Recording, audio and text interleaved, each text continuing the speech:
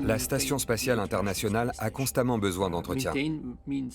Il s'agit d'une part de faire des réparations, il arrive que des éléments extérieurs cassent, mais aussi de moderniser. Par exemple, en ce moment, la plupart des sorties extravéhiculaires sont dédiées au remplacement des panneaux solaires. Cet exercice périlleux demande l'un des entraînements les plus éprouvants. Au centre d'entraînement des astronautes européens à Cologne, les apprentis commencent leur formation dans ce bassin. L'entraînement consiste à mettre les astronautes en condition, comme s'ils étaient dans l'espace. C'est pour ça que ça se fait en bassin d'immersion. Et c'est le seul environnement qui permet d'être dans cette situation pendant plusieurs heures, ce dont on a besoin pour les sorties extravéhiculaires. Après, l'entraînement consiste à appliquer des règles d'engagement de la sortie extravéhiculaire qui sont extrêmement strictes.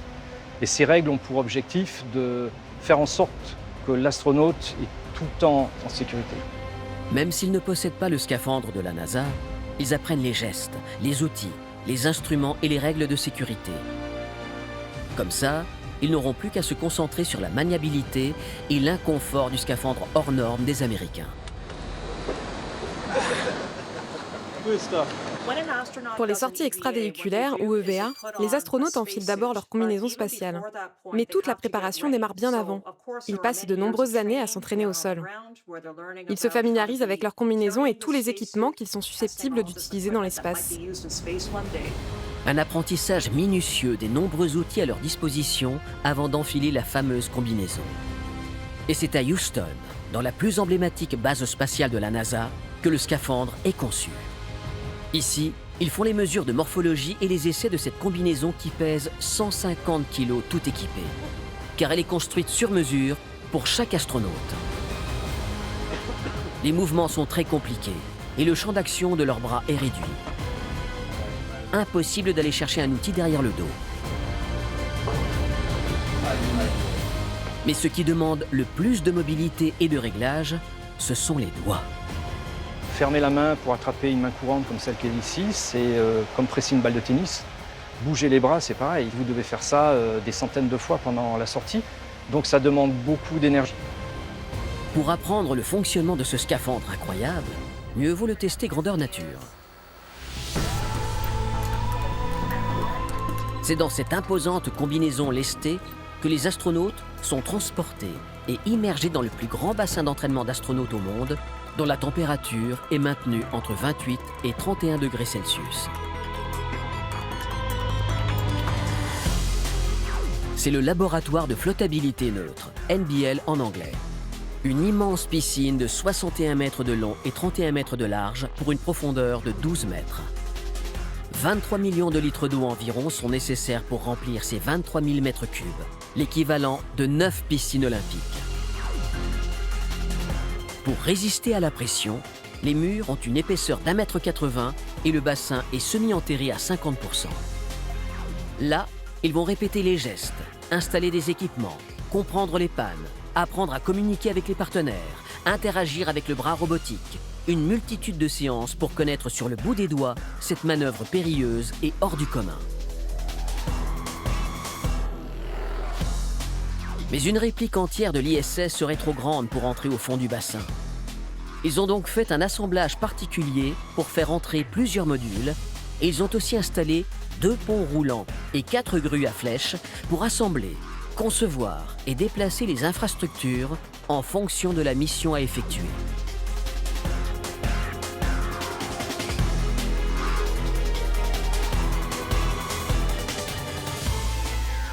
Ce scaphandre est un véritable condensé de technologie conçu pour vivre dans cet environnement extrême qu'est l'espace pendant près de 8 heures. Un système de support de vie se trouve dans le sac à dos, avec un système de chauffage et de refroidissement, car face au soleil, la température du scaphandre peut atteindre plus 150 degrés Celsius et moins 150 degrés lorsqu'il est à l'ombre. Pour respirer, de l'oxygène pur est ventilé dans le scaphandre et le CO2 expiré est rejeté dans l'espace grâce à un filtre.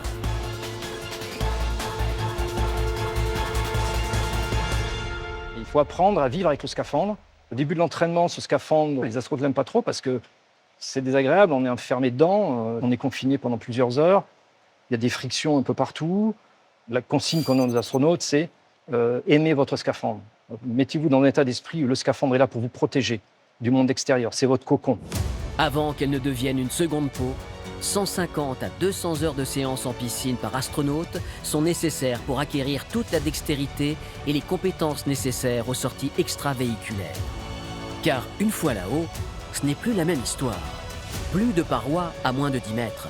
Pas de plongeur pour vous aider, juste vous et votre coéquipier accrochés à un fil, tournant indéfiniment autour de la Terre. Ces hommes et ces femmes qui sortent de la station vivent un moment de forte intensité dans le milieu le plus hostile que l'homme puisse explorer. C'est un truc très physique, hein, les sorties extravéhiculaires. Il y a de travailler dans la station, on l'a vu, ça ne demande pas tellement d'efforts physiques, on flotte, c'est plutôt facile, etc. La sortie extravéhiculaire, non. La sortie extravéhiculaire, c'est combat de boxe un peu. Il faut plier le scaphandre, qui est un peu une armure, qui est pressurisée, gonflée, donc qui résiste au mouvement. Donc, dès qu'on bouge les bras, qu'on attrape des objets, c'est comme écraser une balle de tennis. Donc c'est vraiment fatigant pour le haut du corps, on se déplace comme ça, c'est de l'escalade en armure. De l'escalade sur un mur hors norme, qui défile à 27 600 km/h avec 400 km de vide sous les pieds. Avant chaque sortie, plusieurs heures de préparation pour se faufiler dans ces combinaisons démesurées, passer dans les sas pour supprimer la pressurisation et attendre le moment où, enfin, la porte s'ouvre. C'est impressionnant, mais au début, on se dit « ouais, mais allez, on y va, on a un boulot à faire, on va très vite ». Et moi, les 3 premières heures, en fait... j'ai fait un peu abstraction de tout l'environnement pour faire le boulot. Et c'est vraiment 3 heures dans ma première sortie que Shane m'a dit écoute, regarde là, j'ai ce truc là à finir, toi t'es un peu en avance, prends 5 minutes et puis je sais pas, peut-être regarde la Terre et prends 1 ou 2 photos. Et j'ai fait ça et là ça m'a un peu frappé, je me suis dit c'est quand même incroyable. Mais du coup, on a l'impression que la station est fixe parce que nous, on évolue sur la station comme on ferait sur une paroi d'escalade. Et quand on regarde la Terre, t'as l'impression que c'est la Terre qui roule comme une énorme boule en dessous de toi avec ta référence fixe. Pour évoluer, c'est comme une via ferrata avec 2 longes équipées de mousquetons et en plus, un filin de sécurité qui les suit partout. Une évolution lente et méthodique pour des travaux hors du commun. Je dis pas que quand tu tiens 2 doigts comme ça parce qu'il n'y a pas de prise et qu'il faut que tu fasses un grand pas comme ça et qu'en dessous il y a 400 km de vide, t'es jamais vraiment « allez, je vais le faire, il n'y a pas de problème ». Tu as quand même conscience de la dangerosité, du moins de l'intensité de ce qui est en train de se passer. Bon, après, il y a des fois où tu accroches, tu mets ta longe, là, t'es tranquille, tu peux rester 10 minutes. Mais il y a quand même toujours des moments un peu compliqués. Tu t'habitues aussi à ce filin de sécurité qui se déroule, ce qui est une très bonne idée d'avoir un filin de sécurité. Mais par contre, il va s'enrouler partout. Des antennes, des câbles, on change de plan, on passe derrière, on retourne dessous, on remonte. Tu peux vraiment faire un nœud avec ce truc-là, quoi.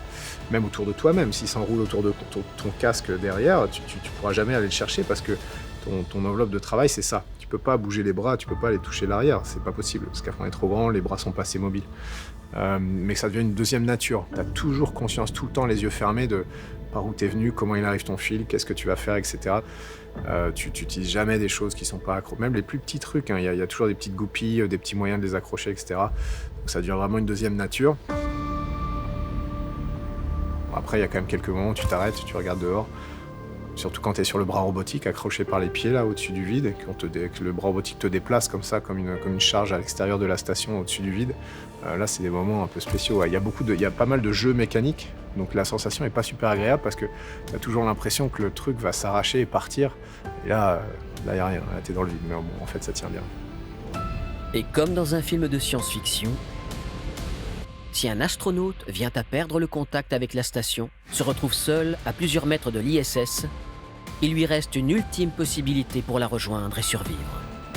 On a un petit système de propulsion dans le sac à dos, en fait. On a un petit module de commande et on pourrait stopper une rotation, viser un point sur la station et puis donner une impulsion pour revenir. On a assez d'azote pour le faire une fois, il faut réagir très vite, revenir tout de suite, pas se louper. Et c'est jamais arrivé, mais on a un niveau en plus de sécurité. C'est sûrement la dernière chose auquel il pense lorsqu'il travaille dans ce bureau un peu particulier. Car les missions à réaliser en sortie extravéhiculaire sont très précises et demandent beaucoup de concentration.